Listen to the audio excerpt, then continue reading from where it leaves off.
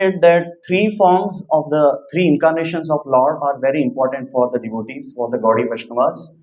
Of course, one incarnation is Krishna, and the other one is Lord Ram and Narsimha. So, anyone can tell why only these three incarnations, not the other incarnations which are there? Why Rupa Goswami said like that? Krishna, Ram, and Narsimha. Anybody? Anybody tells?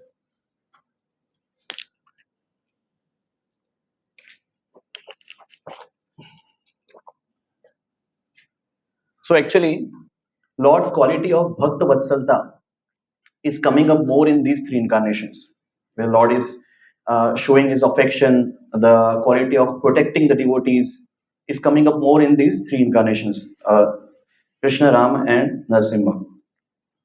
So, many religions they actually even don't even know the form of there is a form of the Lord, and they think that God is somewhere sitting far beyond in somewhere and very very far, and there is no exchange because they don't know there is a form also. So it's like very distant relationship, and then just you live your life, do not commit some mistakes, and then live your life like that. But we know as a devotee that Lord is actually very affectionate, and Lord involves himself in our life, and he reciprocate, and when we perform devotional service. So uh, when we speak of emotions, there are some emotions actually, but three of them are prominent emotions. So I would like to ask from all of you, what are the most powerful emotions in the world which exists?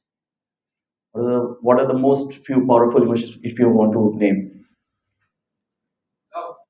Love, yeah. Love is the one of the most powerful emotion. Anger, yes, anger is very powerful. When you are angry, so you can actually show your power when you are angry. Yes, one more. Tolerance, yeah, it's a quality.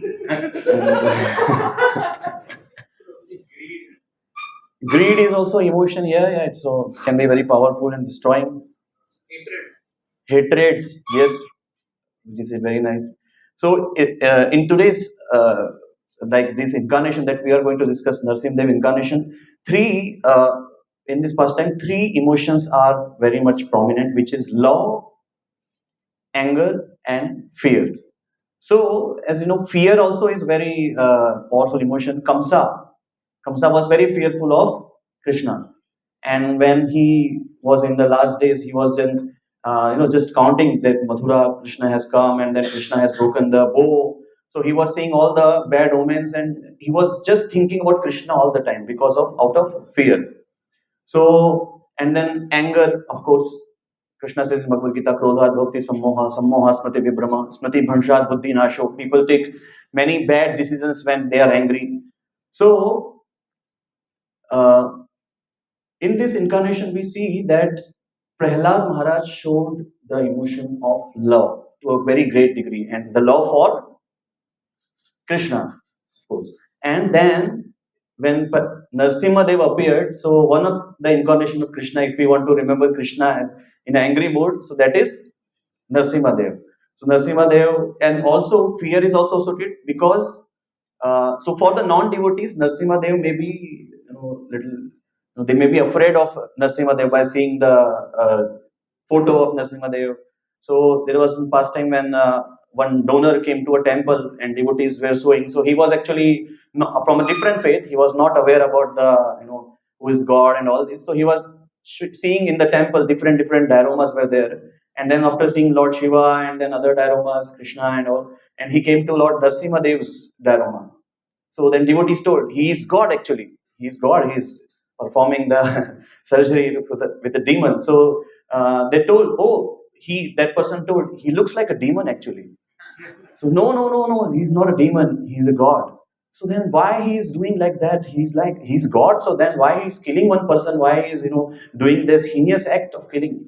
So then the devotees showed that this is what happens to those who actually come to the temple and they don't give the donation. So, so the devotees made a joke. So when the disciples they made this painting of Narsimhadev for the first time, so they brought this painting to Prabhupada and they showed the painting to Prabhupada, and Prabhupada saw the painting and he saw very good, very good. Then he stopped for a while and looked at the picture and said, "More blood, more blood." So that's a form of Narsimhadev, very ugra, very ferocious. Just seeing the difficulty of his devotee. So many people they are not able to understand that why Narasimhadev is angry, especially from the others' faith. So there are actually two types of angers. One is like spiritual anger, and one is material anger. So anger can also be used in the service of Lord. How many of you have heard this sentence before? Anger can also be used in the service of the Lord, like Hanumanji used when he became angry. So here, the anger which Narsimhadev is showing is actually spiritual anger. So, can anybody tell that how can we actually decide that now we are whenever we are becoming angry, this anger is not spiritual anger or material anger? The difference between both of them. Can anybody tell? How will you know that you are angry? I mean, this anger is not spiritual anger; it's material anger.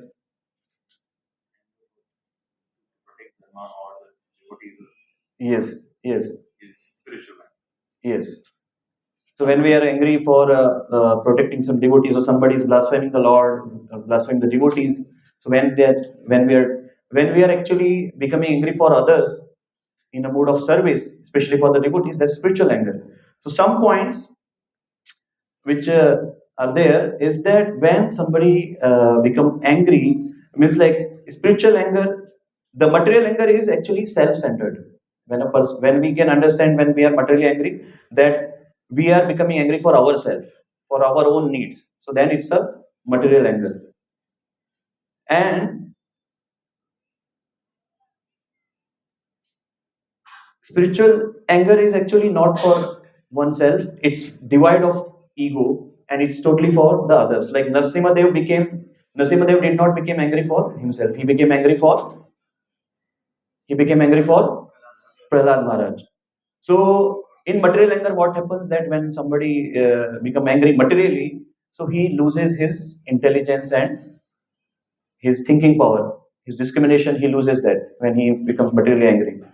So Narsimhadev, became spiritually angry. He was very much aware what he was doing, and then we also know that uh, even though he was angry, so in one devotee was saying in the past time I was hearing, so Narsimhadev was angry, but his one eye was angry, and by seeing the uh, Hiranyakashipu, and one eye was filled with compassion, seeing the Prahlad Maharaj.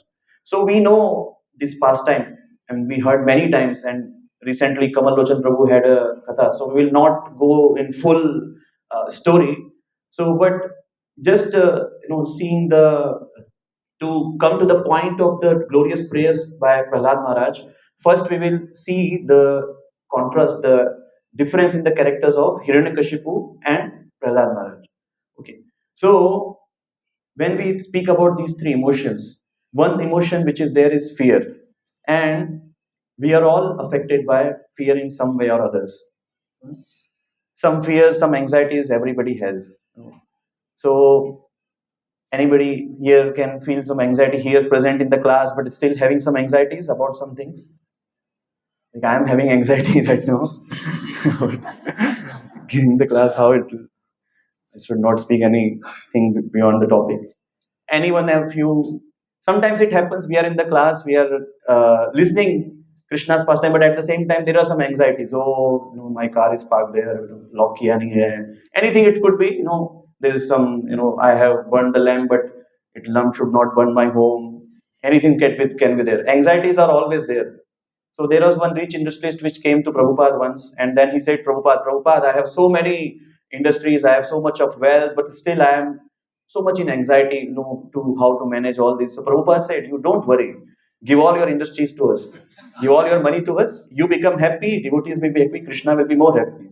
So like that, Prabhupada. So, but as soon as the money comes, fear, anxiety also comes with money, and then when money goes, also there is anxiety. Money comes to earn money also there is anxiety. So anxiety is a part of a life.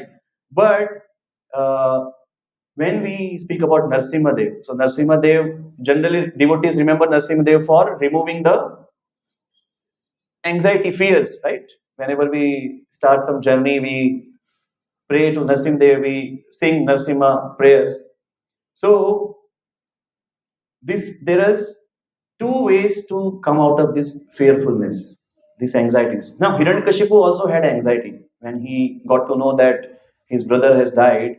So he also had anxiety. He had this anxiety that I should become immortal. I should, nobody should actually, like my brother was killed. Now no one should be able to kill my other family members. So he was in that kind of anxiety. So he went through a lot of uh, austerity, we know.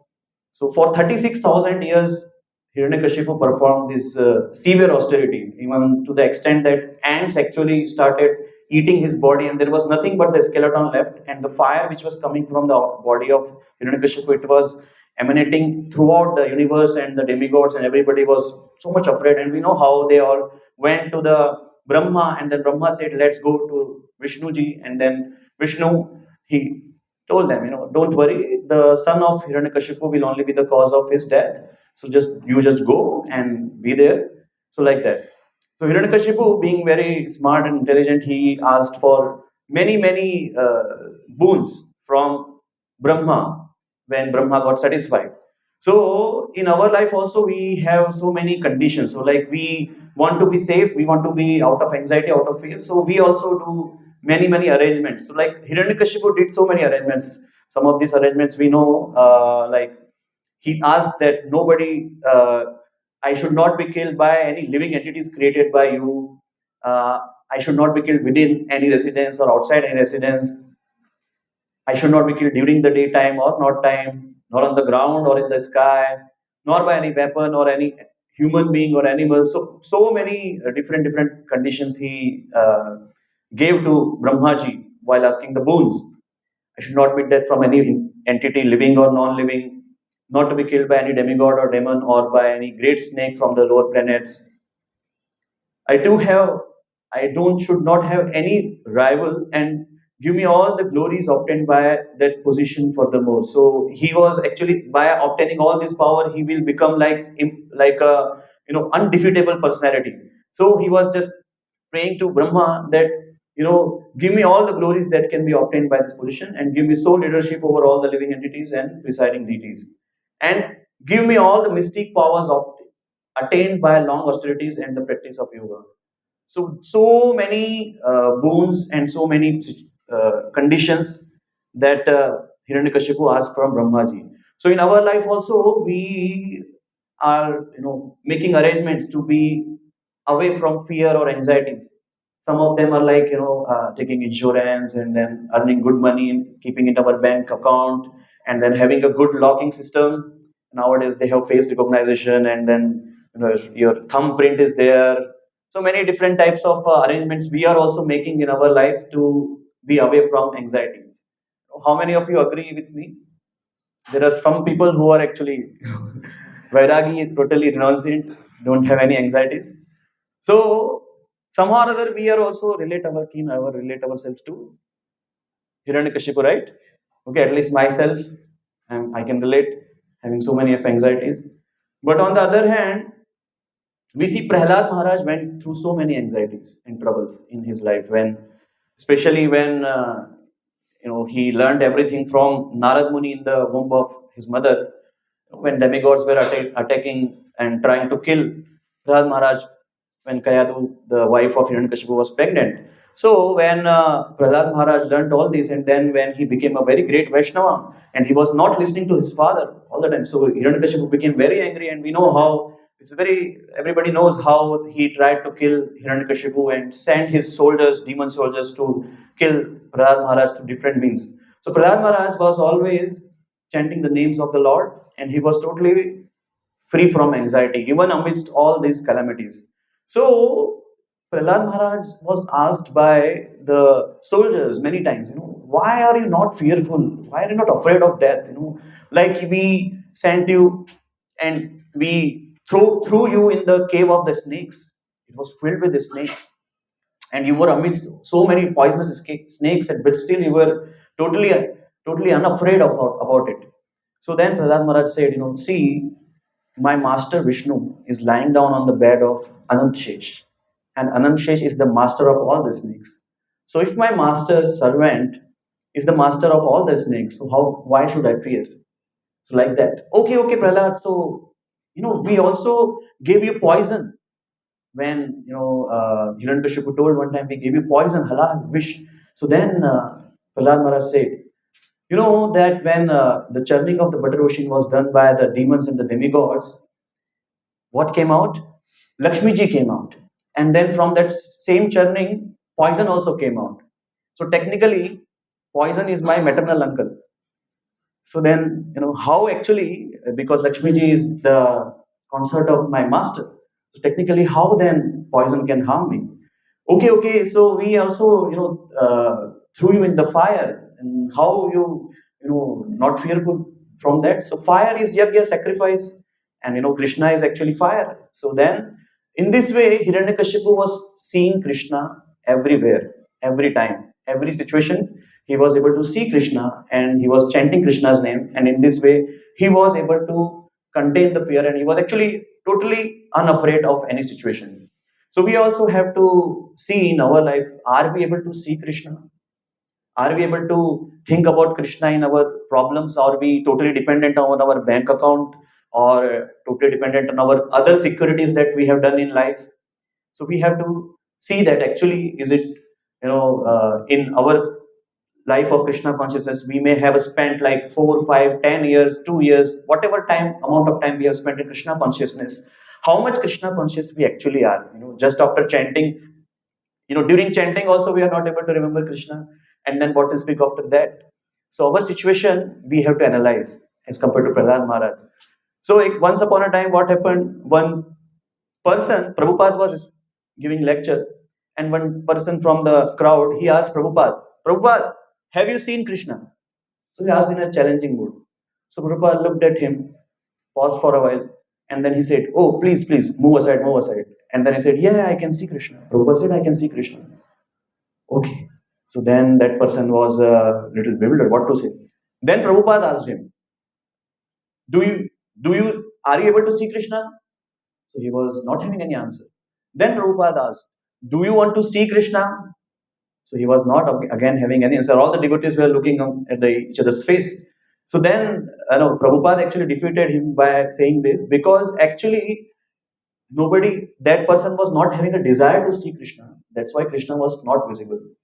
So we have so many desire to see so many things, but that intense desire that Prabhupada was having to see Krishna, and then Prahlad Maharaj was having to see Krishna, or that desire to serve the Lord that Prahlad Maharaj was having, that we have to develop. So George Harrison wrote this famous song, I really wanna see you, I really wanna be with you. So we have heard that song, but we have to think like, is it just a song, or we really want to apply in our life? We really want to see Krishna, we really want to be with Krishna. Do we have that intense desire? Are we able to take some risk to be with Krishna? We are taking so much of risk to, every day go to our jobs, and then every time, every situation, anything can happen. Few days back, there was a storm, and then Ghatkopar one, hoarding came down, and so many people died. So we have seen in our city only, we are not safe, and during COVID time, everybody experienced that. So in this material world, if there is fear, there is danger at every step, but we are not able to intensely remember Krishna. So we will see Prahlad Maharaj is not any ordinary devotee. Prahlad Maharaj, actually, his some qualities we will see from Bhagavatam. So this is from the seventh canto, fourth chapter. This is some qualities of Prahlad Maharaj: Brahmanya Shila Shampanna, Satya Sando Jitendriya, Atmavatta Sarva Bhutanam, Ek Priya Sutatmana. So we'll just somebody can read the translation loudly. Prahlad Maharaj's qualities.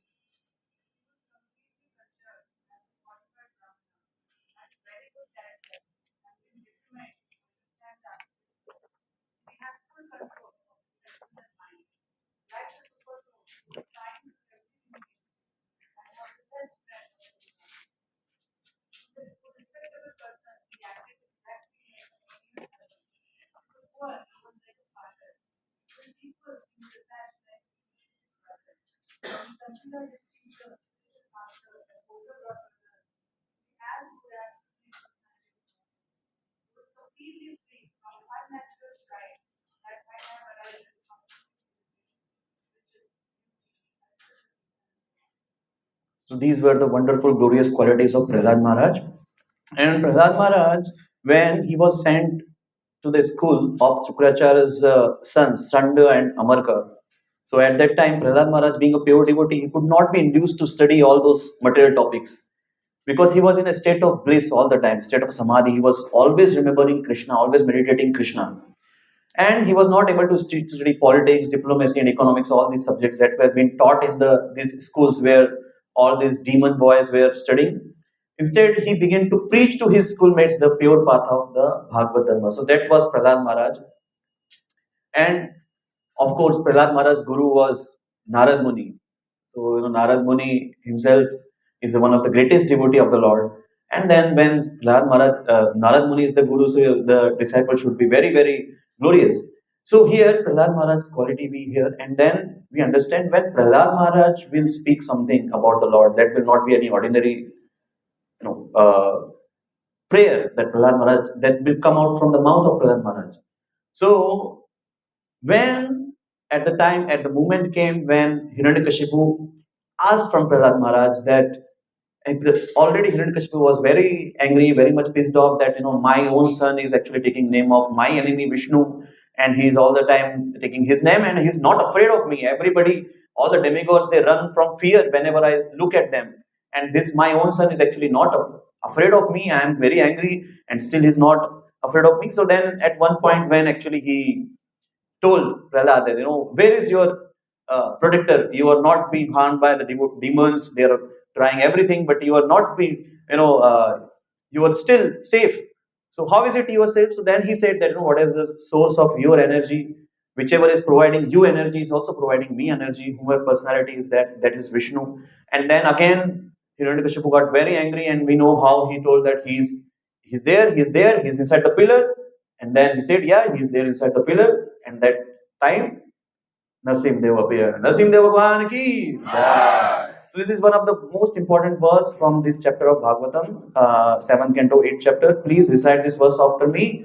Satyam vidatum nijapratya bhashitam. Satyam vidatum nijapratya bhashitam. Vyaktim cha bhuteshvakileshu chatmanah. Vyaktim cha bhuteshvakileshu chatmanah. Adrashtyat buddha tadbhuta rupam udhavan.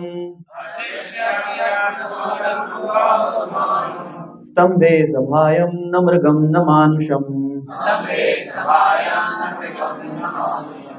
So satyam vidatum nijabhritya bhashitam means to prove the statement of nijabhritya, his own servant, his own devotee, true, that my devotee's statement should be true. For that, Narsimdev appeared, and four personalities statements actually Narsimdev proved true by his appearance. First of all is Narad Muni, because Narad Muni, when the demigods attacked, when they knew that Hiranyakashipu's son is there in the womb of Kayadu, so demigods they attacked, they tried to kill, and they kidnapped Kayadu. So at that time, Narad Muni appeared there, and Narad Muni told that, don't kill Kayadu and don't kill his son. His son will be the cause of the death of Hiranyakashipu, and he will be a great devotee. And this one, second one is Hiranyakashipu himself, because second one is Brahma, because Brahma gave so many conditions, and Hiranyakashipu, when he appeared, so when Hiranyakashipu, when he saw Narsimadev for the first time, so he was, by that moment only he started calculating, oh, he is not a he is not a human, not an animal, and he's out of creation of Brahma also. So he started calculating all that. Already he was understood, my time has come. So this all these conditions, and then Krishna, we cannot cheat Krishna. We can never cheat Krishna, and Krishna appeared. So he actually proved all these conditions of Brahmadev, which was given in the womb, true. And then third one was Prahlad Maharaj, because Prahlad Maharaj said that I'll come out of the pillar. That's why. And then one more, Hiranyakashipu.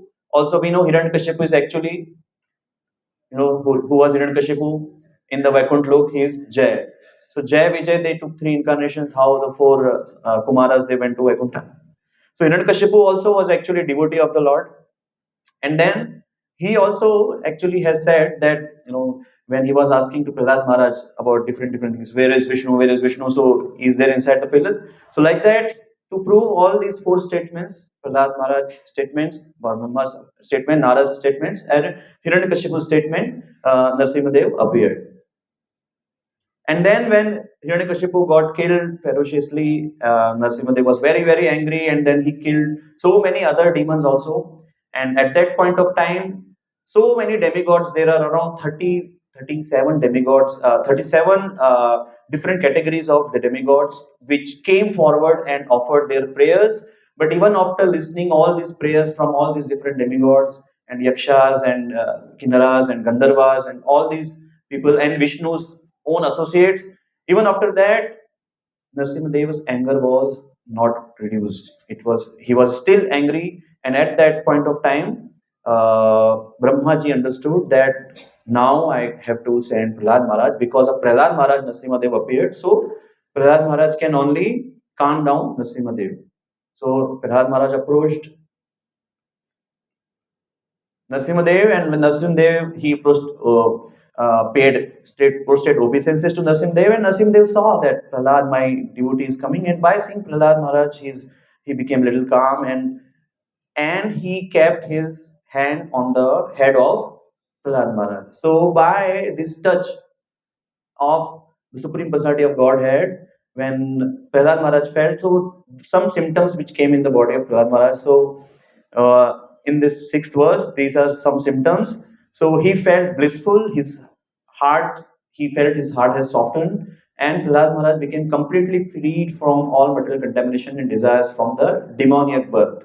So actually, but Prahlad Maharaj is not having any material contamination, but because Krishna, if he's touching anyone, so of course he should be very, very pure. That's why he's touching.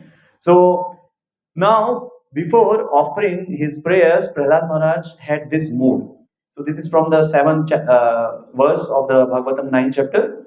So he has this few things before starting the prayers. So he was actually fixed in mind and sight. He was looking, like this verse is there.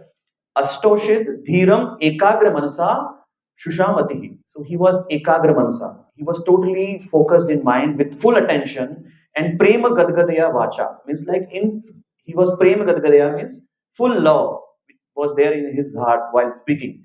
And Tanyashta Hridayakshara in flattering wise. So his heart was full with love, he was fixed in mind, he was with full attention, and in complete trance. Prahlad Maharaj is now going to start at this point of in this movement, and we will see all the shlokas, all the prayers that were done, the glorious prayers of Prahlad Maharaj. And we know that we also go in front of the Lord every day, okay, and none of us are very much, very expert composer, and we can write some, Sanskrit verses in the glories of the Lord. Anyone is here who can actually write some prayers for the Lord? So that's why these prayers are given in the Bhagavatam. So all the devotees, all the sannyasis, the Maharaj, they say that we have to actually memorize these prayers. And when we go in front of the Lord, we can actually chant these prayers, or actually at least remember these prayers. So please pay your full attention for all these verses that Prahlad Maharaj is speaking. And now Prahlad Maharaj is going to speak. So Prahlad Maharaj, from the 8th to 12th verse. So from the 8th verse of 9th chapter of 7th canto to till the 15th verse, Prahlad Maharaj is offering prayers. So from the 8th to 12th, around 5 verses, Prahlad Maharaj is just preparing himself to offer prayers. So if you can, you can imagine if Krishna comes in front of you, so we will just, whatever come in our mind, we might say. But Prahlad Maharaj is not like any ordinary personality. So he's Mahajan. So he's preparing himself.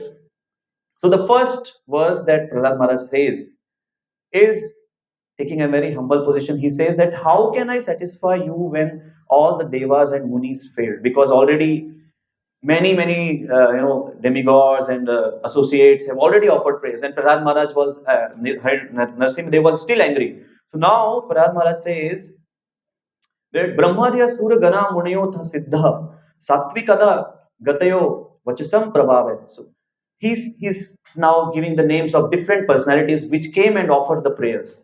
So he said that Sura, Gana, Muni, Siddha, and they are all in the mode of Sattva. Sattveka Tana Gatayo Vachasam Prabhave.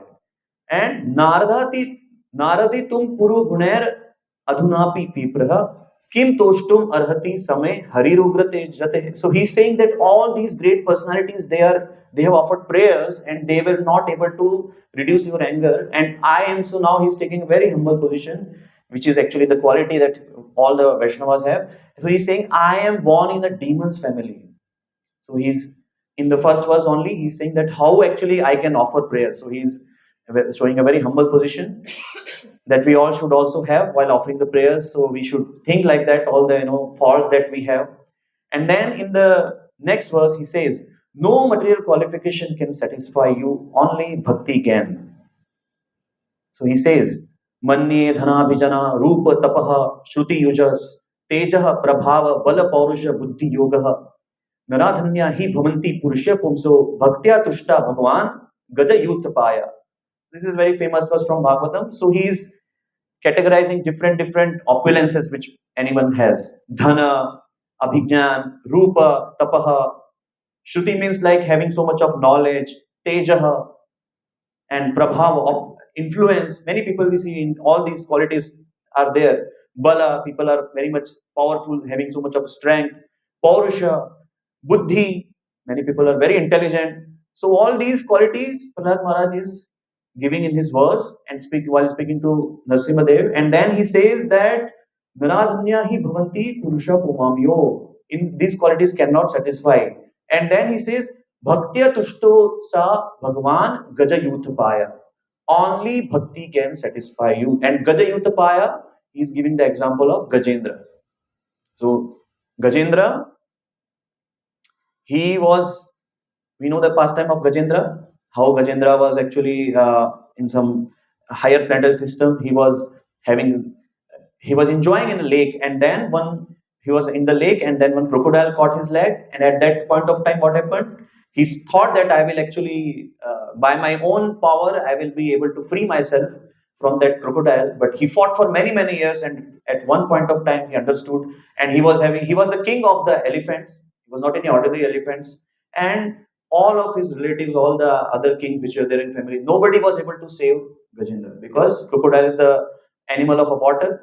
And that point of time, what happened? Because Gajendra was, who was Gajendra in the past life? Indradun Maharaj. So he was a devotee of the Lord. That's why by Krishna's mercy, he was able to remember some prayers.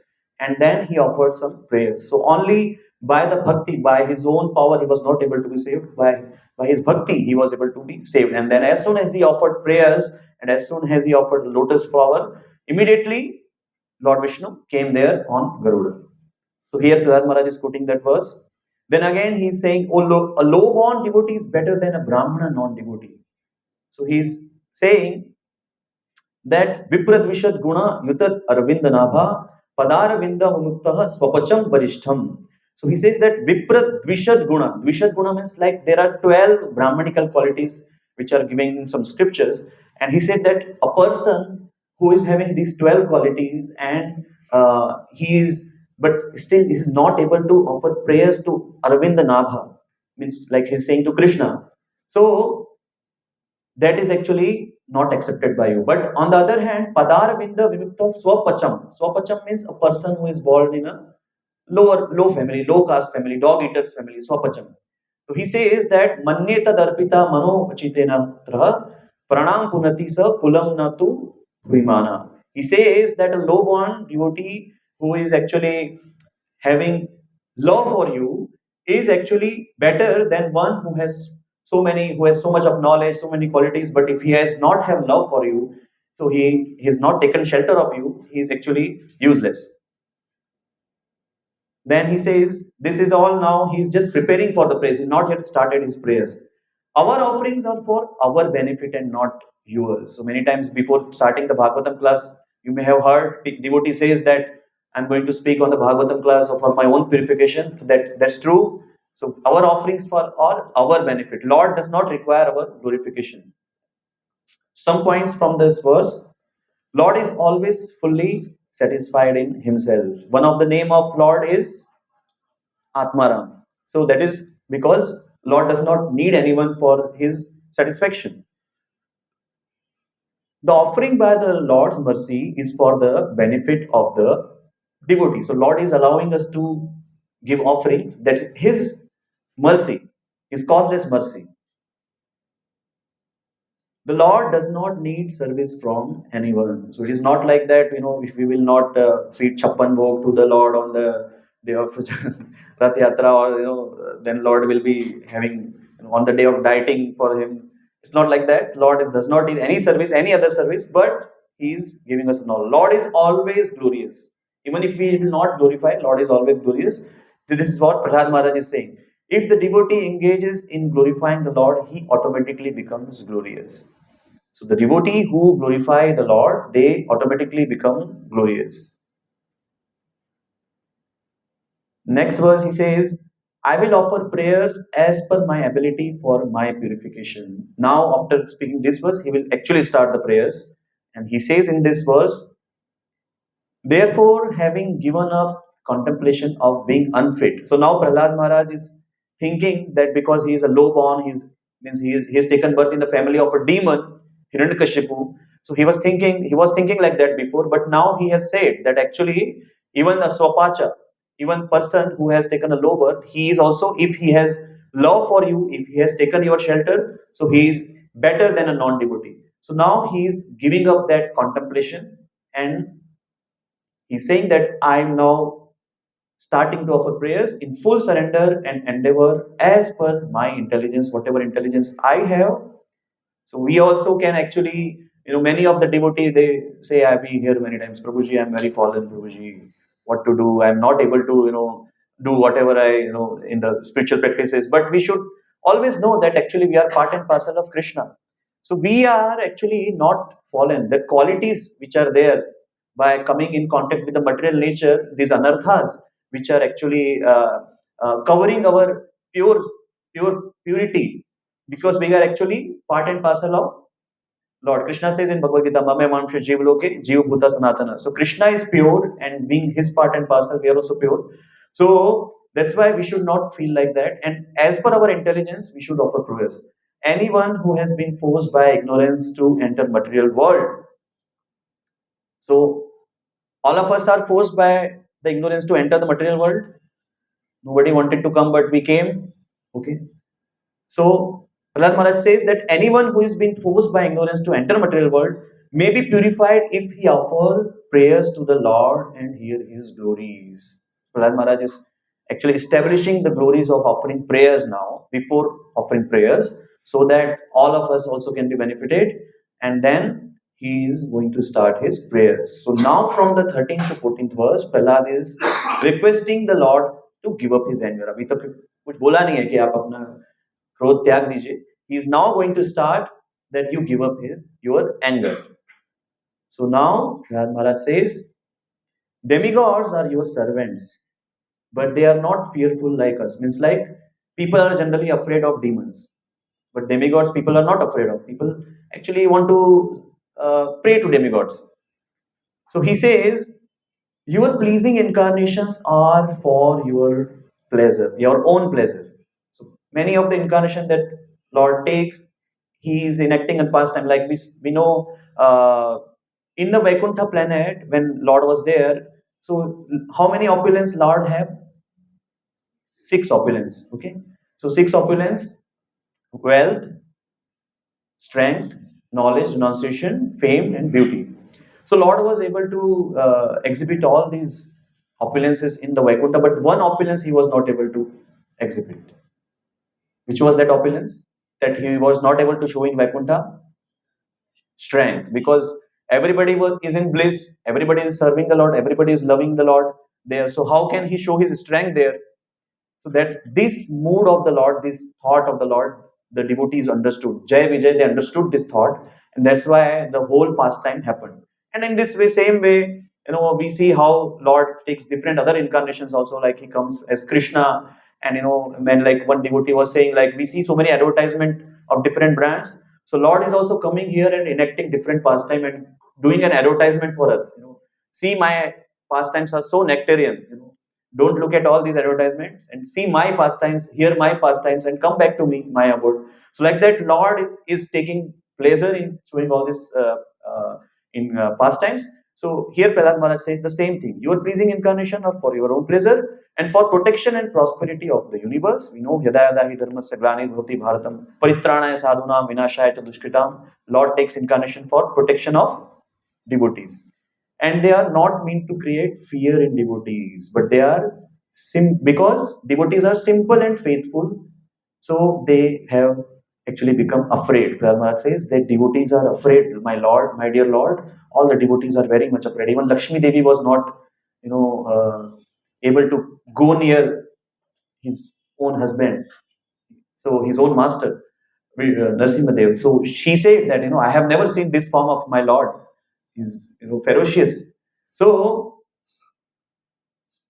this form of the Lord is not, Prahlad Maharaj says that you are actually not to mean create fear in the devotee. So I heard this pastime in Mayapur.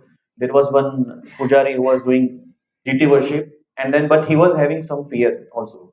So he was going up in the altar every day and offering prayers to the Lord, offering all the incense sticks, everything. He was doing all the paraphernalia, and then he was also having some fear. So one day, what happened when he was sleeping in his quarter?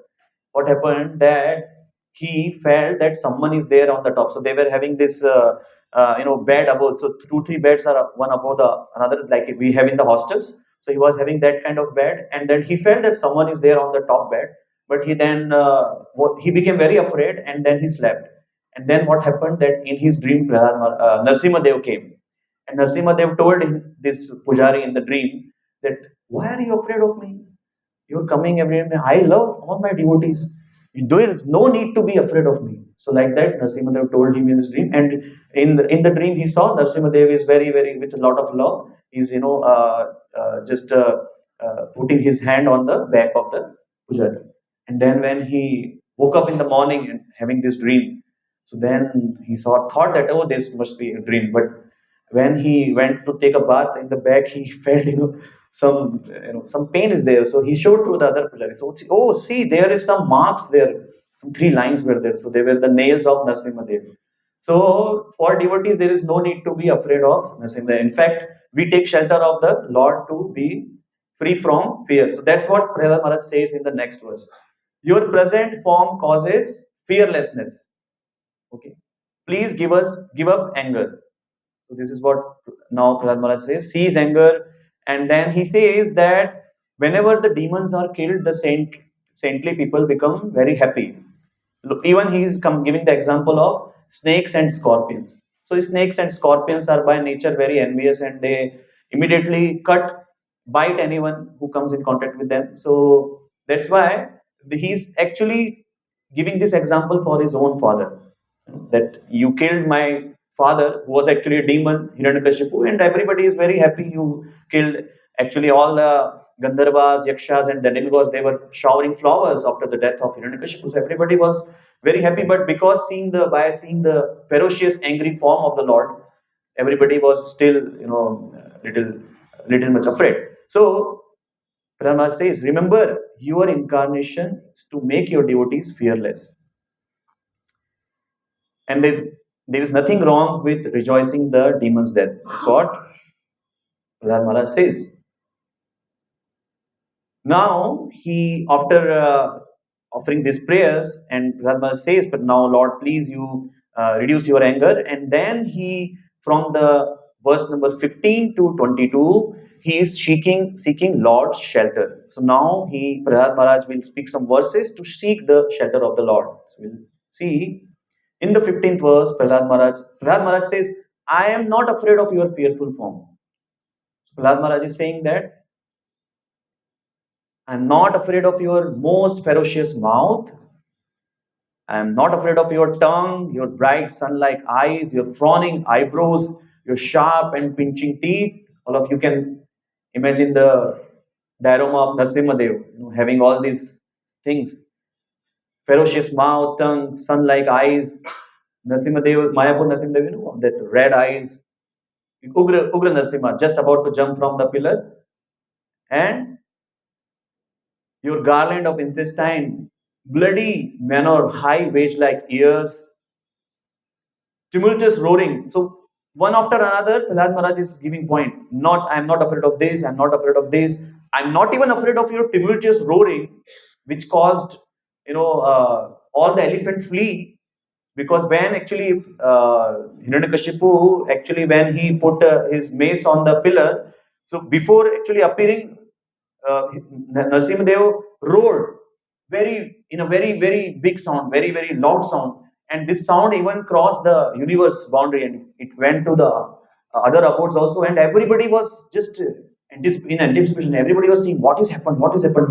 Nobody have ever heard this kind of sound, so everybody was very much afraid by the roaring of the Narasimhadev. We can, uh, those of you who have visited some zoos and have seen lions roaring, so you can imagine, even that lion, we become little, fearful. So he is Narasimhadev. So he is saying, I'm not afraid of all these things, my lord. Garland of intestine, your nails that pierce the enemy, not afraid of them also. So then, what you are afraid of? I am afraid of conditioned life. I need your shelter. Now, Prahlad Maharaj is going to give the most important message for all of us. So now Prahlad Maharaj is representing a conditioned soul. He's a Mahajan, he's a great devotee, but he will speak some verses. So he says, Trashtosmi aham krapana vatsala duhusogra samsara chakra kadanat grashtam pranitah. So Prahlad Maharaj is remembering. Before, like, Prahlad Maharaj is thinking that actually I was going to take birth in a demon's family. Hiranyakashipu was a demon. And if I would not have met Narad Muni, what would have happened? I would have also become demon, right? So Prahlad Maharaj was thinking like that. So he says that you are a Krapana Vatsala and you have saved me from Sansar Chakra. And he says, Baddha Swakarmabhir Ustamate Nragi Mulam. He says that Swakarmabhir means because of my own karma, I was destined to take birth in a demon's family. And I was also going to be Prito Pavarga Shranam Havese Kadanu. So there was no hope for me actually. I was also going to be like same like other demons. So what he says? Yeah. So he's saying that, but you saved me from all these calamities by sending your pure devotee Narad Muni. And then he speaks about the material devotees and miserable remedies to come over those material devotees. So Prahlad Maharaj says that there is pleasing and displeasing circumstances always coming and going in the material world. We all have experienced this. Sometimes the life is going in a very nice zone, very happy. We are happy and everything is good in our life. And then sometimes some problems comes, pleasing and displeasing circumstances, separation and meeting with friends and enemies. How many of you have experienced this? In our family members also, you see, we are not with the family members all the time because we have so many responsibilities. Sometimes you have to go for the job also somewhere, and then we are not with our families. How many friends you have in schools? They are all, we don't know where are they. Enemies also. So there is separation always, and suffering in every form of life, like burning in the fire of lamentation. So Prahlad Maharaj is saying that there is suffering in every form of life. Means like he's saying that even if I would have taken birth in any form, apart from demon family or human family, any form I would taken birth, there is fire. There is this material body is like a fire, having fire. Sansara davanal lead loka. Seeing every day. And then Prahlad Maharaj says one very amazing thing. He says that the remedies to come over these problems that we all make in our life, they are even more miserable than the miseries themselves. This is what Prahlad Maharaj is saying. Some of the remedies that we have, that we are doing to, we think that actually this will save us from the material world's problems. Like we said, some of the things like Punjab National Bank, very great bank. It was there in my college days. I remember it was there in my college. Even ATM was also there. Many of people there, money was there, and then all of a sudden the bank got closed. Many such fraud has happened in the history, and we are all totally reliant on these banks. So we don't know, anything can happen at any time. What we are totally dependent on the banks, and then our flats, on our intelligence also we are dependent. We are intelligent. We are dependent on our degrees, our jobs. So many things are there. These are the remedies. So They are, why Prahlad Maharaj is saying that they are miserable? Can anybody tell? Why these remedies are miserable than the miseries themselves?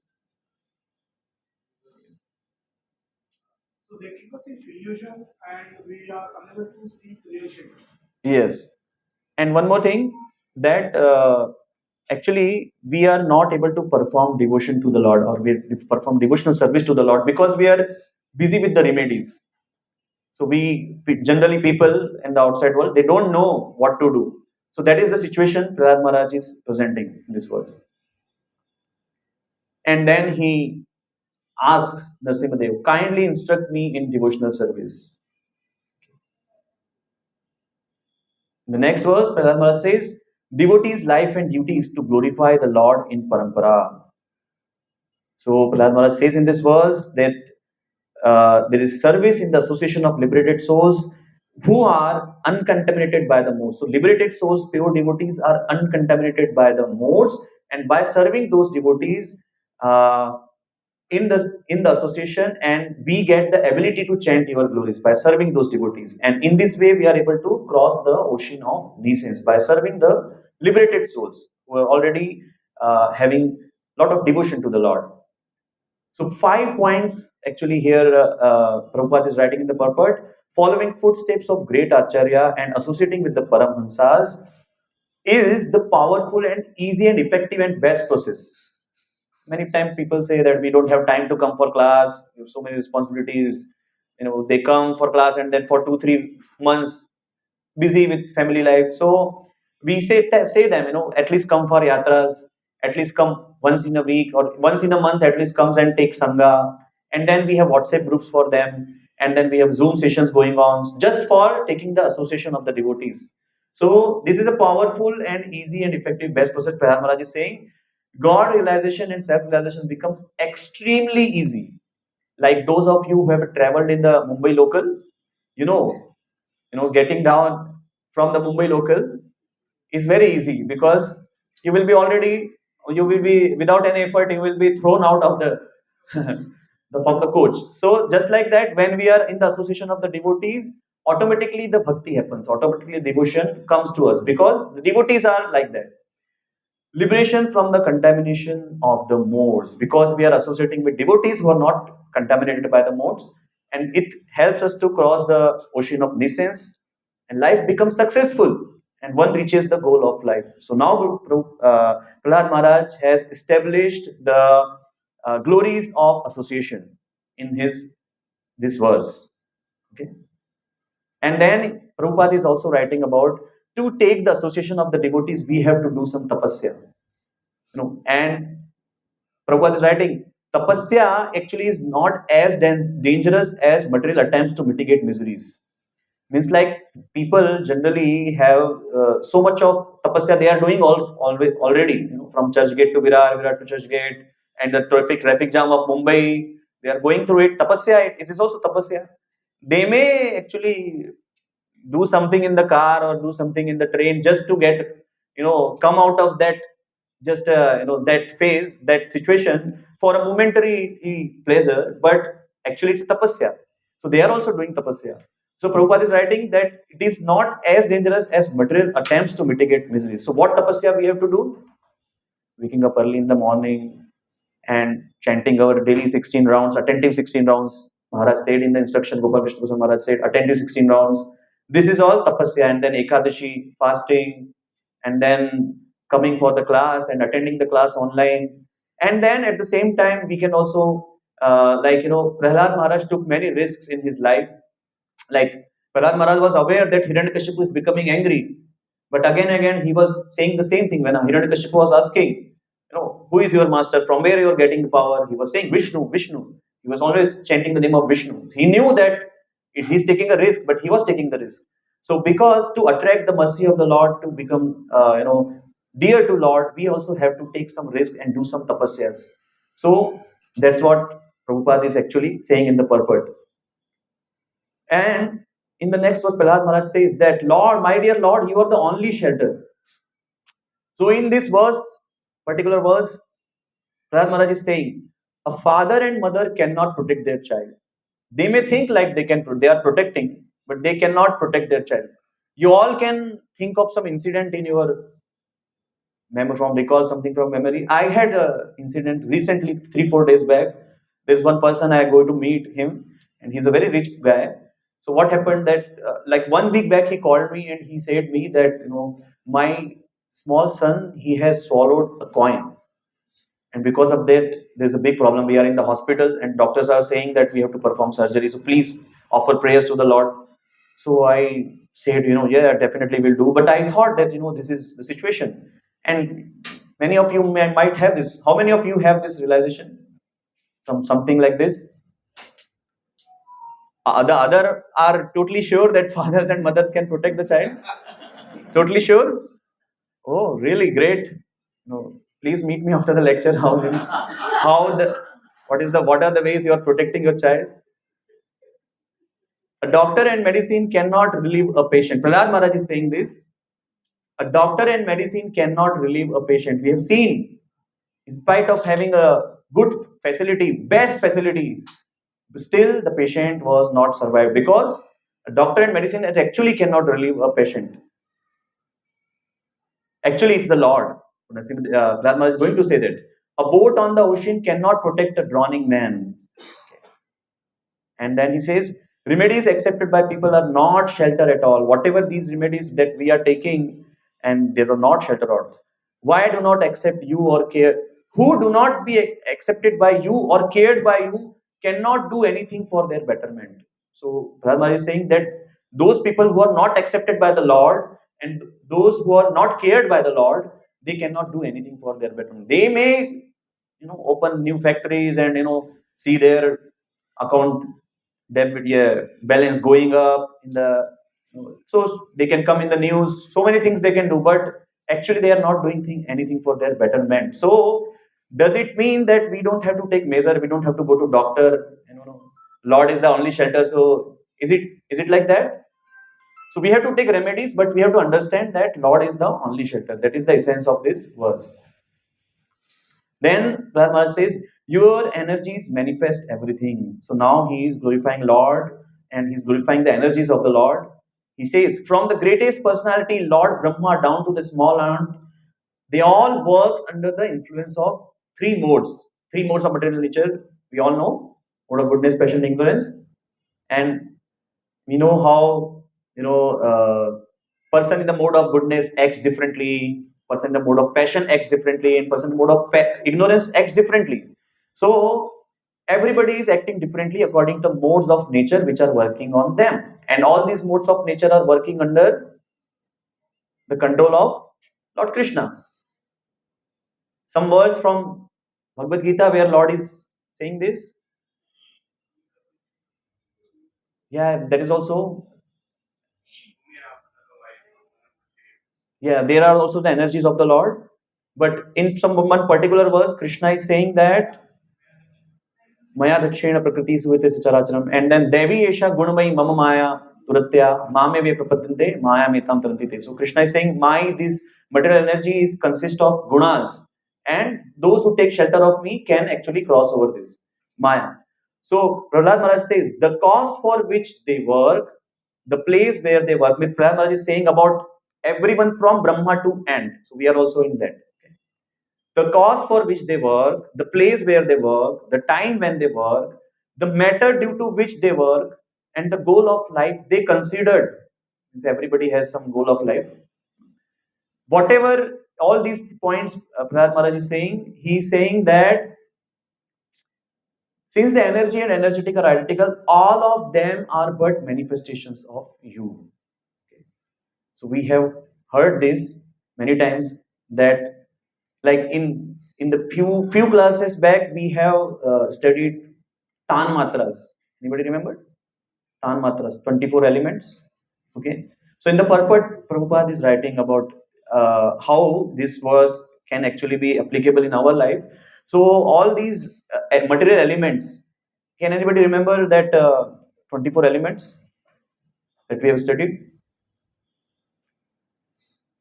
Five working senses, five knowledge acquiring senses, five elements: earth, water, fire, air, ether.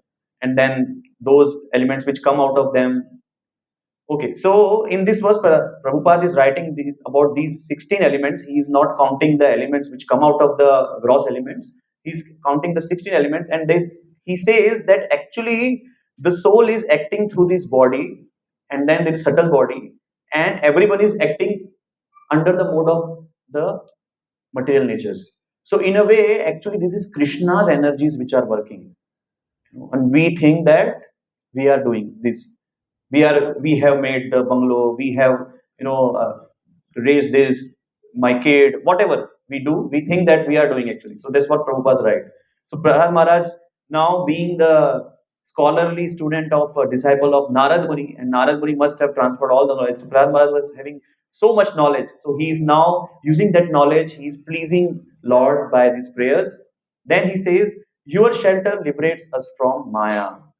So many of you all can relate these prayers from Bhagavad Gita also. So what Krishna says in Bhagavad Gita, so Prahlad Maharaj is also saying all those same things. By expanding your plenary portion, you have created the subtle bodies of the living entities through the agency of your external energy. Okay. So all the subtle bodies, like all the living entities, they all have subtle bodies, and then they are created by the agency of Krishna, the external energy of Krishna. You have seen this. We all have this gross body, the subtle body made up of mind, intelligence, and ego, and the soul which is there. So this is just a symbolic representation of this analogy given by Lord Krishna in Bhagavad Gita. Bhumirapo nalo vayukham manobuddhirevcha.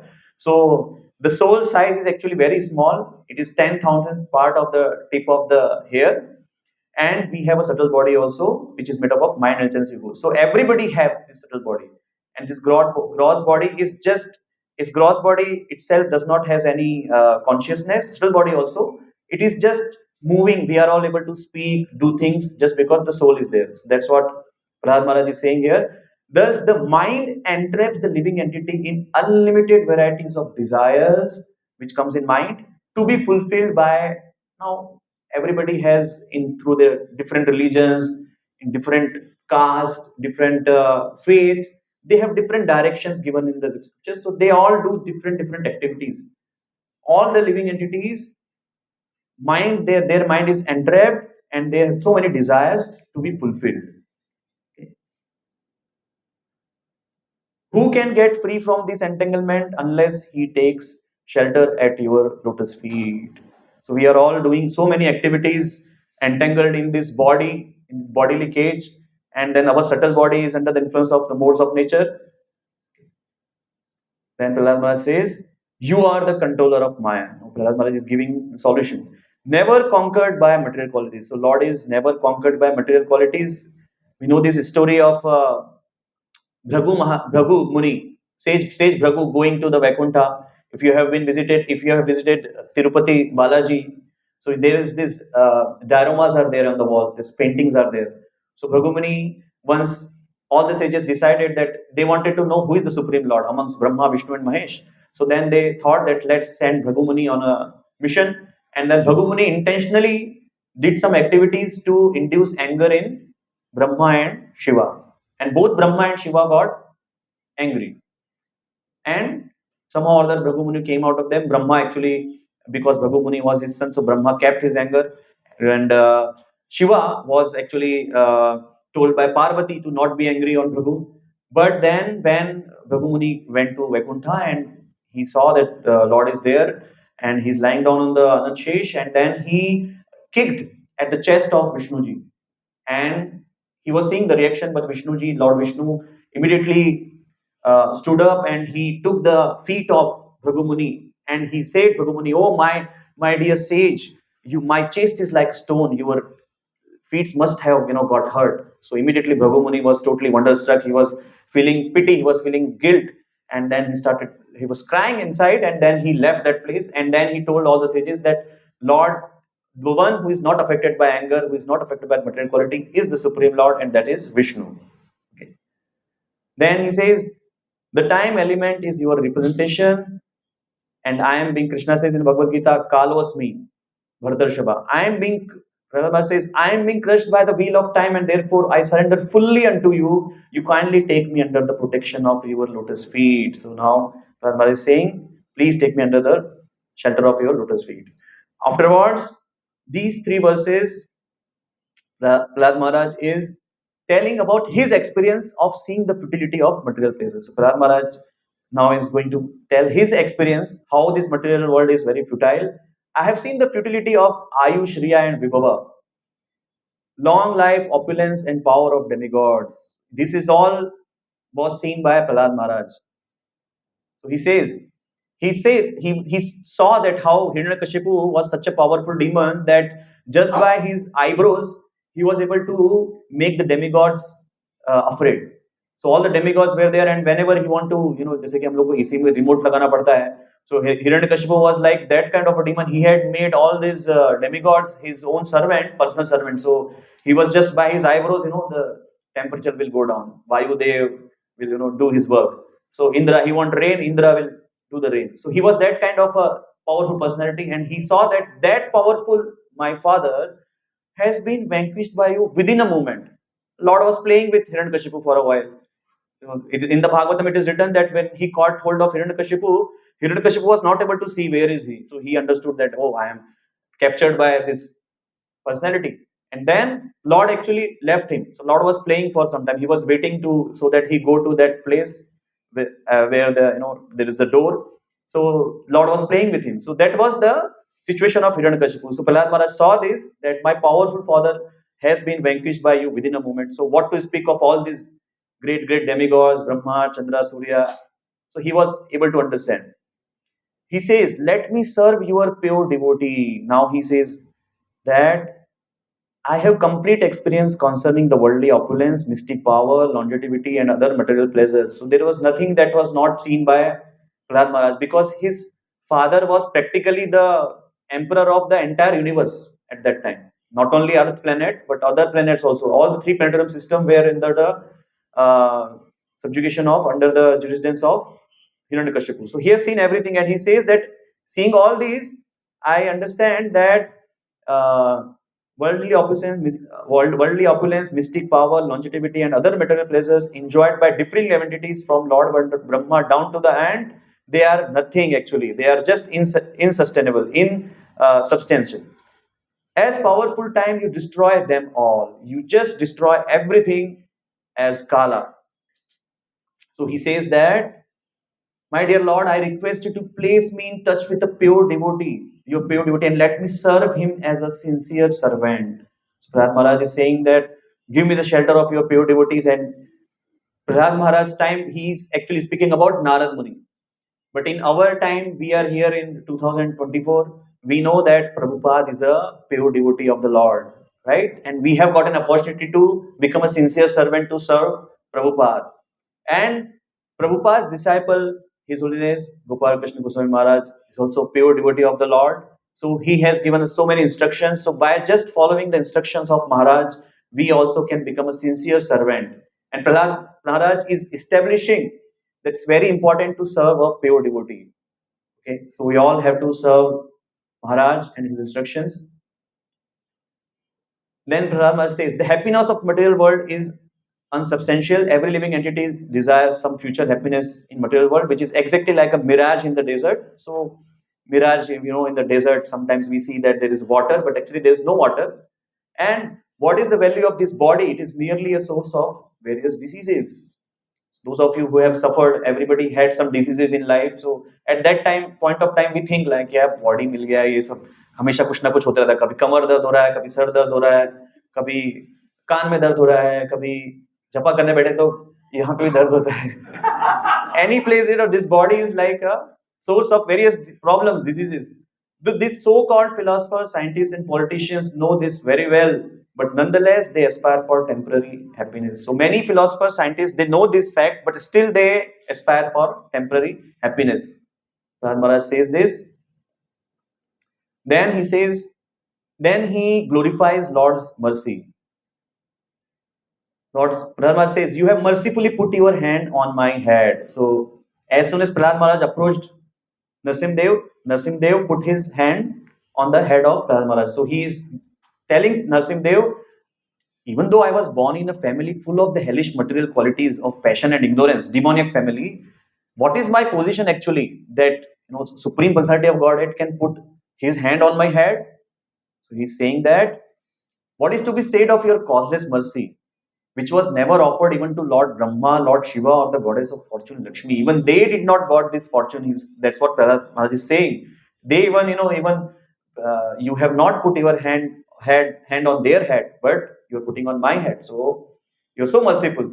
You never put your lotus hand upon their heads, but you have put it upon mine. You are reciprocal, not partial. He says, you do not discriminate between friends and enemies, the favorable and unfavorable. Samoham sarva bhuteshu, Krishna says in Bhagavad Gita.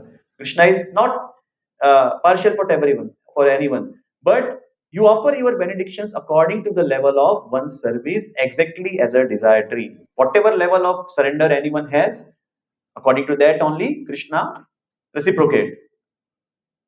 According to one's desire, Krishna reciprocates and makes no distinction between the lower and the higher. Okay. So there is one verse in Bhagavad Gita which is actually related to this. According to level of service or ye yatha mam prapadante tam sateva bhajamyam. So Krishna is saying that whatever amount of degree of surrender you will have, according to that degree only I will reciprocate with you. I want to serve Narad Muni who saved me. So Prahlad Maharaj had already a lot of respect for his guru, Narad Muni. I was gradually falling into a blind well full of snakes, following the general populace because of my association with material desires, one after another. So all of us can go back in our lives, what we were doing 5, 10, 20 years back. For me, it's like 8 years, 10 years back. If I see this 2024 going on, and 2014, I was praying to Lord. I was working in a place and I was doing background music for TV serials, and they used to send the CDs in the night time only because shooting happens in the daytime. So I was praying, Lord, where am I stuck now? Please, do something. मैं निकालो इधर से. So that was my position. So you all can also relate now in coming into blissful life of Krishna consciousness, having so much association of devotees, and how Prahlad Maharaj is also saying the same thing. Actually, he says that I was actually falling in the blind well full of snakes. He's giving the analogy of the material world, but your servant Narad Muni kindly accepted me. So Narad Muni saved Prahlad Maharaj. He was sent by Krishna. Actually, Narad Muni was sent by Lord as his disciple and instructed me how to achieve this transcendental position.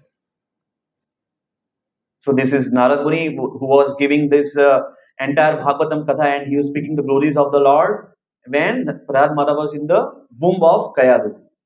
So Prahlad Maharaj is requesting Lord that I want to serve Narad Muni. And my first duty is to serve Narad Muni, he is saying.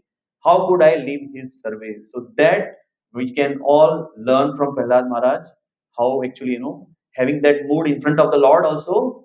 Lord is also showing that by accepting Guru, you proved your devotee Narad's word true. So he is now glorifying Narad Muni. In saving me and killing my father, you proved your devotee's words true. Narad Muni said that, this please don't kill Kayadu's son. He's going to be a great devotee, and he will be the cause of the death of this demon. He had said, now he's saying, my father, demon Hiranyakashipu, had said very angrily, if there is any supreme controller other than me, let him save you. I shall now sever your head from your body. But you came and you killed my father, the demon Hiranyakashipu. Now, Prahlad Maharaj is glorifying the Lord's opulence, how he's creating the material manifestation. So he says, whatever exists in this world is actually you alone. You only are there. Whatever is existing, actually you. You existed before the creation. You exist after the annihilation also. And you are the maintainer between the beginning and the end. So whenever the annihilation happens, Lord is maintaining all the universes inside him. And all this is done by your external energy through actions and reactions of three modes of material nature. So this is what Prahlad Maharaj says. He says, you are the cosmos. You and the cosmos are related.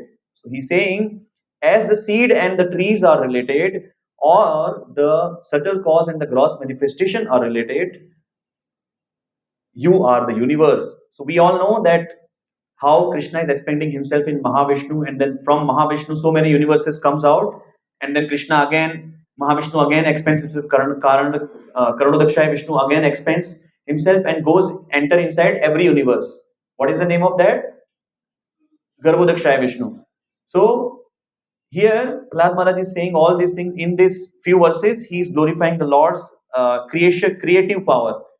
It's cause and effect. You are different from this, and still you are actually not different. The concept of mine and yours is illusory. Now he's how Krishna is doing all this as a Karnodakshaya Vishnu. So he's glorifying. You place the universe within you after inhalation, and then you appear to sleep in Yog Nidra in the casual ocean, and then you enjoy spiritual bliss, and without having any interest in material object. And then, as Garbhodakshaya Vishnu, what happens? You in this cosmic manifestation, the material world is also your body. You awaken from the bed of Ananta, and from your navel, a small transcendental seed is generated. And it is the seed, that lotus flower of the gigantic universe, is manifested exactly as a banyan tree grows from a small seed. So this is all happening inside Lord. So that's what he says. The cosmic manifestation is also your body. Brahma appeared from your lotus. He says, from that lotus, Lord Brahma dove into the water and attempt to find the source of lotus from 100 years. So Brahma is looking, where am I? Who am I? What is my source? What I have to do? And then he's looking here and there for 100 years. And he could not find any trace of you. However, for when his seed fructifies, the original seed cannot be seen. So just like, we see the banyan tree, but we don't see the seed. We see these cloths which we are wearing, but we don't see the uh, cotton cotton plant from where it is coming. So like that analogy is given by Prabhupada. Brahma did severe austerities. After that, Prahlad Maharaj says that Brahma, after that, did severe austerities for many, many thousands of years. And then, after those austerities, tapasya, he could see the cause of all causes, the Supreme Personality of Godhead, and which was spread throughout his own body and senses. And just as aroma, although very subtle, is perceived in the earth. So, everywhere on the planet, some smells are there, some aroma is there. So, here Prahlad Maharaj is giving that analogy by offering his prayers. And then Brahma, he says, Brahma then see your form. So Brahma sees so many heads, so many noses, so many ears, so many wonderful forms of Lord he sees. That's what Prahlad Maharaj says. Then he says, you appear as Hayagriva also. Now, Prahlad Maharaj is offering the prayer, so of course it will be not a short prayer, so just be there for a while, few more verses. So Prahlad Maharaj is saying, you also appear as Hayagriva. You killed two demons known as Madhu and Kaitava, who were full of the modes of passion and ignorance. That's why we call Lord Madhusudan. Then you delivered the Vedic knowledge to Lord Brahma, and for this reason, all the great saints accept your forms as transcendental, untinged by material qualities. So, Lord can take any form. Here you see half man, half horse, half man, half lion is Nrsimhadev. So, He's Supreme Lord, no contamination, no influence of material qualities. Then he says, your various incarnations are there, and then you are also called as Triyuga. So he says in this particular verse, you appear in various incarnations as sometimes as a human being, sometimes as an animal, sometimes Matsya avatar, Kurma avatar, sometimes as a great saint. Which was a great saint? Sorry, Ved Vyas, and then sometimes a fish, a tortoise, demigod. So many different types of incarnations you come as, and thus maintaining the entire creation in different planetary system and killing the demoniac principles. Lord is performing his pastime in so many different planetary system, and according to the age, oh my Lord, you protect the principles of religion. Whatever age is there, according to that, you protect. Like Krishna has to apply some, tricks in the Mahabharat war. It was not like, because the enemy was like that. They were also cunning and kutaniti and all they were doing, Shakuni Mama and all. That's why Krishna had to, according to that age, Dwapar Yuga, he had to apply, take incarnation. So here in this particular verse, the prophecy about Lord Chaitanya Mahaprabhu is also there. He says, in the age of Kali, however, you do not assert yourself. So this particular word is there, Chinna. So he says, Supreme Personality of Godhead. In this age of Kali, you do not assert yourself as Supreme Personality of Godhead. So Chaitanya Mahaprabhu did not claimed or did not revealed or did not told to the devotees. Devotees knew it, but he did not proclaim. Only in the Mahaprakash Leela for with some few intimate devotees only. But in particular, he did not claim himself to be the Supreme Lord. And therefore, he says that you are known also as Triyuga. Triyuga. So this is the incarnation of Lord in this Kali Yuga. You all know Lord Chaitanya Mahaprabhu. Then now Prahlad Maharaj is finishing his prayers, but before that he is having so much of concern for the conditioned and fallen souls. And then he says, now he is taking again a humble position and he's saying about himself that my mind is extremely sinful and dusty. Now we can imagine Prahlad Maharaj. He is such a great exalted devotee, always chanting the name of the Lord, is not having any concern. सब भाला मार रहे हैं सांप के इसमें फेंक रहे हैं ऊपर से फेंक रहे हैं but he was totally absorbed in the Lord and he's saying that my mind is extremely sinful and lusty. My mind is full of lamentation and fear and is always seeks more and more money. That is the humble prayers Prahlad Maharaj is saying. It has been become most polluted and is never satisfied in topics concerning you. Actually, it was totally opposite. Prahlad Maharaj was even influenced the entire demons school, demons gurukul into a ISKCON, and still he's saying like this: in such a state of life, how shall I be able to discuss your activities, my lord? That's what he says, and then he says, I am embarrassment by ever distracted senses. So my position is like that of a person who has many wives. No? So in this particular verse, Prahlad Maharaj is giving that analogy. Our sense here is comparing the senses with the wives, okay? All trying to attract him in their own way. All the senses, eyes are saying, see this. So like that, he's saying. And the active senses are attracted elsewhere in this way. I am certainly embraced. Now he's particularly pointing out to different senses and different bodily organs. The belly, although filled, still wants to eat more. Happens with all any of you. With me, it happens. The ear, not attempt to hear about you, is generally attracted to mundane songs. Okay, so that time also some mundane songs were there. The sense of smell is attracted to yet another side. The restless eyes are attracted to scenes of sense gratification. This is what Prahlad is saying. And he says, the tongue is attracted to palatable dishes, the genital to sex with an attractive woman, and the sense of touch to contact with soft things. So ये सब embracement Prahlad महाराज feel करते हैं. He says, "Oh Lord, you are on the other side of Vaitarani."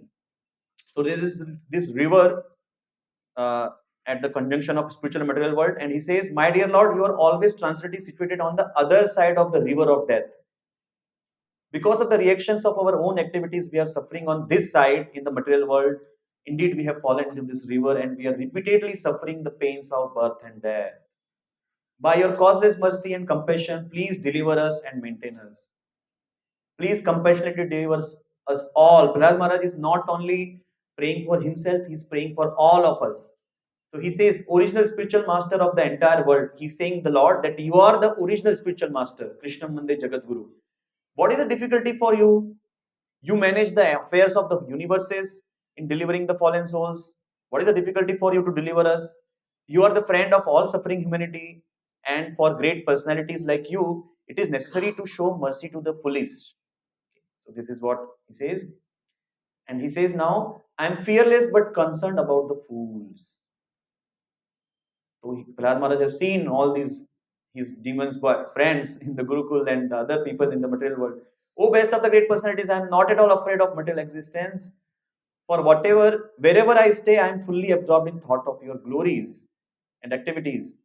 My concern is only for the fools and rascals who are making elaborate plans for material happiness and maintaining their families, societies, and countries.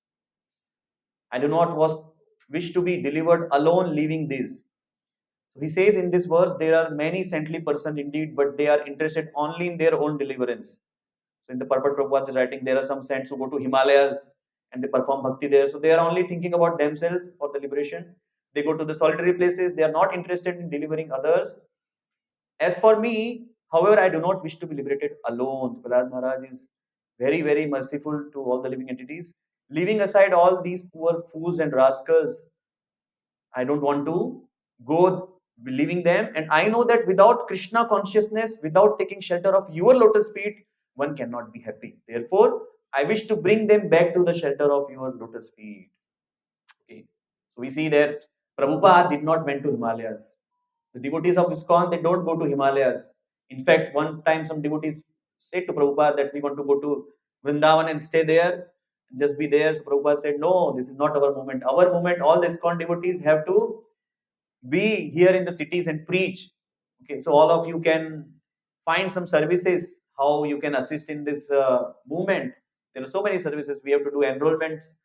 So many youths are coming in the classes, but there is no congregation coming. So some of you can actually be there in the stalls and assign and enroll some of the congregation, working people, enlighten people in Krishna consciousness.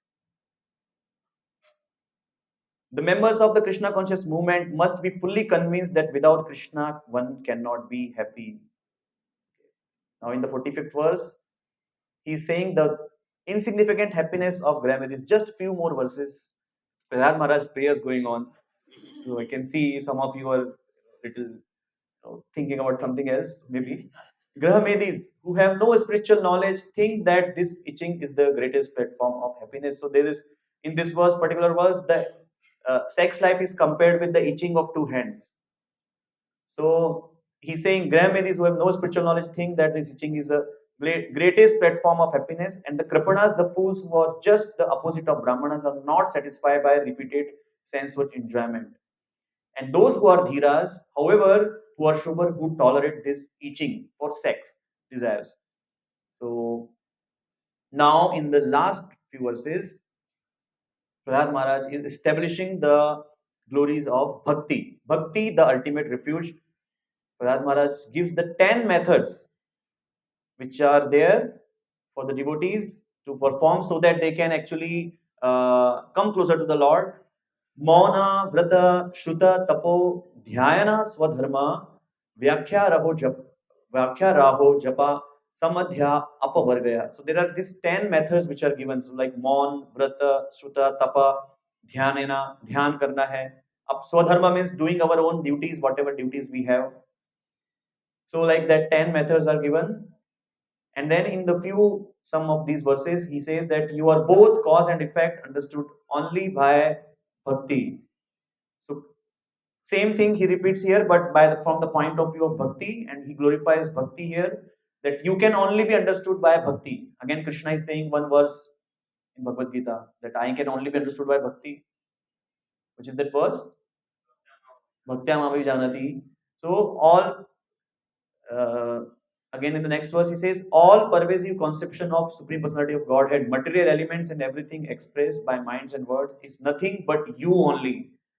Okay, so just like Prahlad Maharaj was seeing everywhere snakes, elephant, fire, he was seeing Krishna everywhere. So he's giving the philosophical point of view also. So we also can remember Krishna by seeing everything. No one subjected to birth and death can understand you. So the wise engage in practical devotional service. So now there is one last verse that Prahlad Maharaj is going to speak, and before that he is glorifying practical devotional service. No one subjected to birth and death can understand you. So the wise engage in practical devotional service. So we have to be engaged in some practical devotional service in our lives. Otherwise, it's very difficult to understand Krishna. We see in so many organizations, so many people they are having courses on Bhagavad Gita, and still they are doing all kind of other sinful activities at the same time. So because they are not able to understand the glories of Lord Krishna. This is the last verse which in this prayers Prahlad Maharaj says. So he in this verse he gives six kinds of bhakti. So processes in for the six kinds of processes of devotional service. One is stuti, prayers. One is offering the karma, dedicating all results of activities. So we all can actually see Are we doing any of these or all of these or one of these? Then puja, worshipping of the Lord, karma, working on Lord's behalf, then smritihi charanaho, remembering the lotus feet of the Lord, and shravanam kathayam, hearing the glories of the Lord. So six types of bhakti, Prahlad says. So after all of these prayers, what happens? Narsimdev become very happy. So he tells Prahlad that, you know, he gave up his anger, he specified, and he said, Prahlad, please give some, ask for some benediction. And then Supreme Lord is very pleased. So there was no lamentation amongst the demigods. And he says that, Lord says that I can fulfill the desires of everyone. And then Prahlad Maharaj says that I don't want any benediction. There is no trade going on between you and me being the pure devotee. अगर हमारे सामने भगवान आ जाए बोले क्या मांगते हो तो we can immediately think थोड़ा उधर फ्लैट चाहिए एक वो मुकेश अंबानी के बंगले जैसा एक मुझे भी थोड़ा घर चाहिए many things we can think but Prahlad Maharaj says Lord, it is not a trade happening. I am your servant. Please don't give these kinds of offers. And the Simdev becomes very happy. And then after that, Prahlad Maharaj's uh, enthronement began. Prahlad Maharaj was enthroned by all the demigods and the different personalities there. Bhaktaraj Prahlad Maharaj ki jai. So at that time, Lord disappears from there, and then Prahlad was worshipped by all the demigods, and Brahma made Prahlad the king of all the demons, and demigods offered their benedictions to Prahlad. So many benedictions they all gave. सर्व भक्ति विघ्नाशक नरसिंह देव भगवान की श्रील प्रभुपाद की please forgive me if I have made any mistakes while giving the class and seeing my position as a conditioned soul. If you have any questions, please, I'll try to answer.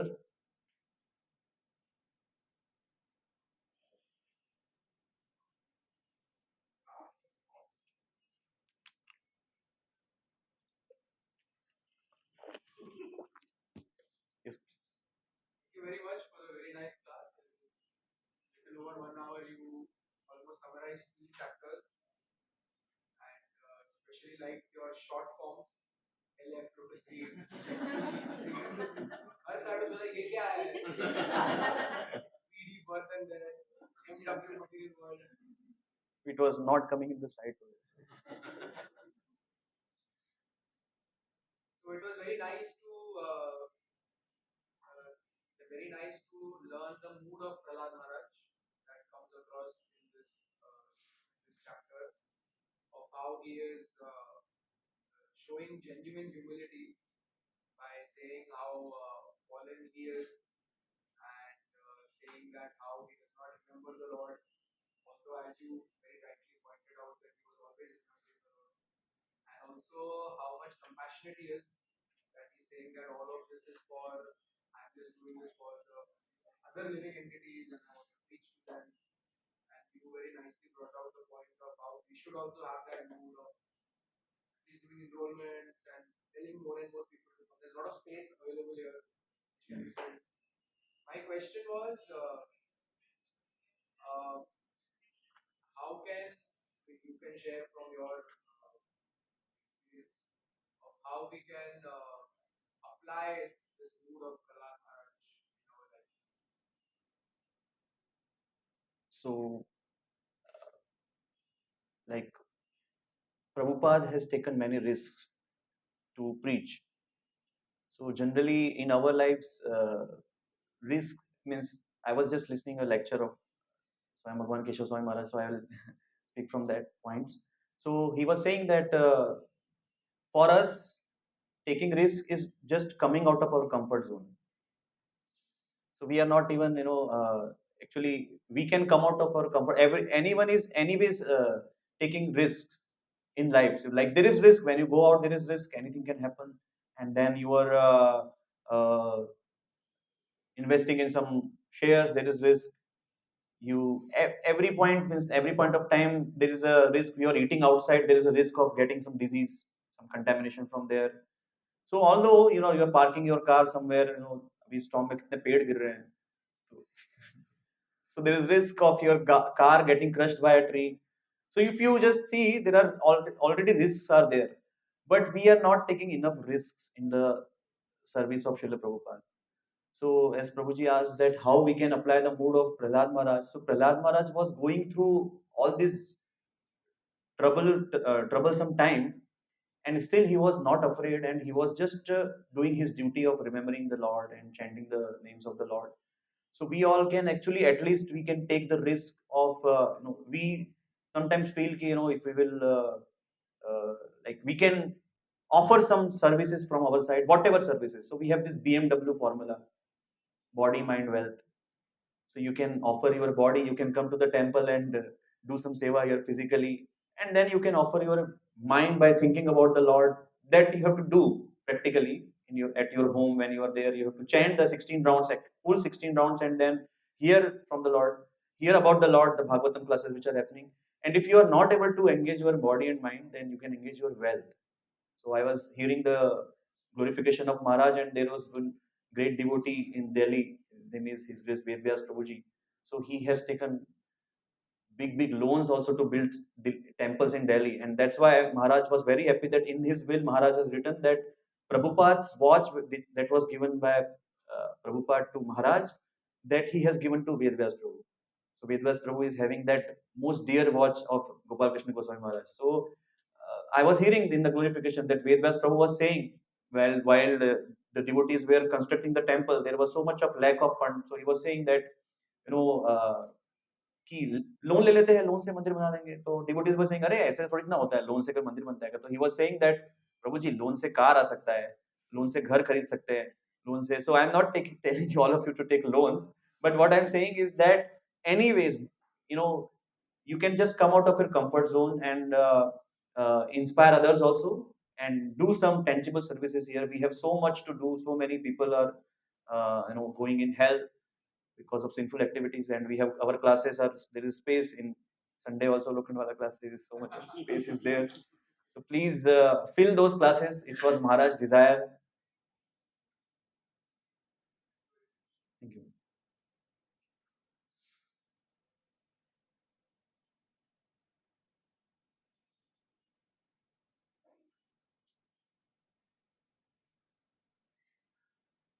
So Sitaram Prabhuji said count to 10 and finish the class.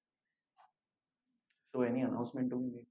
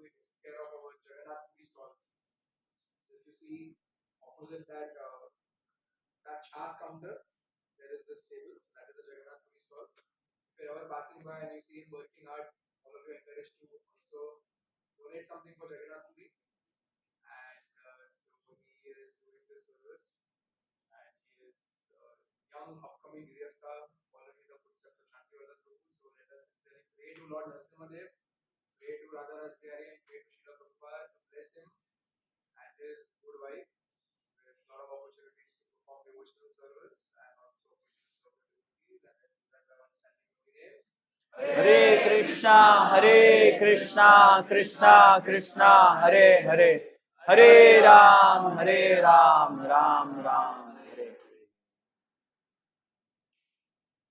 Okay, so we'll continue for Prasadam. Hare Krishna. Srila Prabhupada ki, Grantharaj Srimad Bhagavatam ki, Jai Gaur Premanand.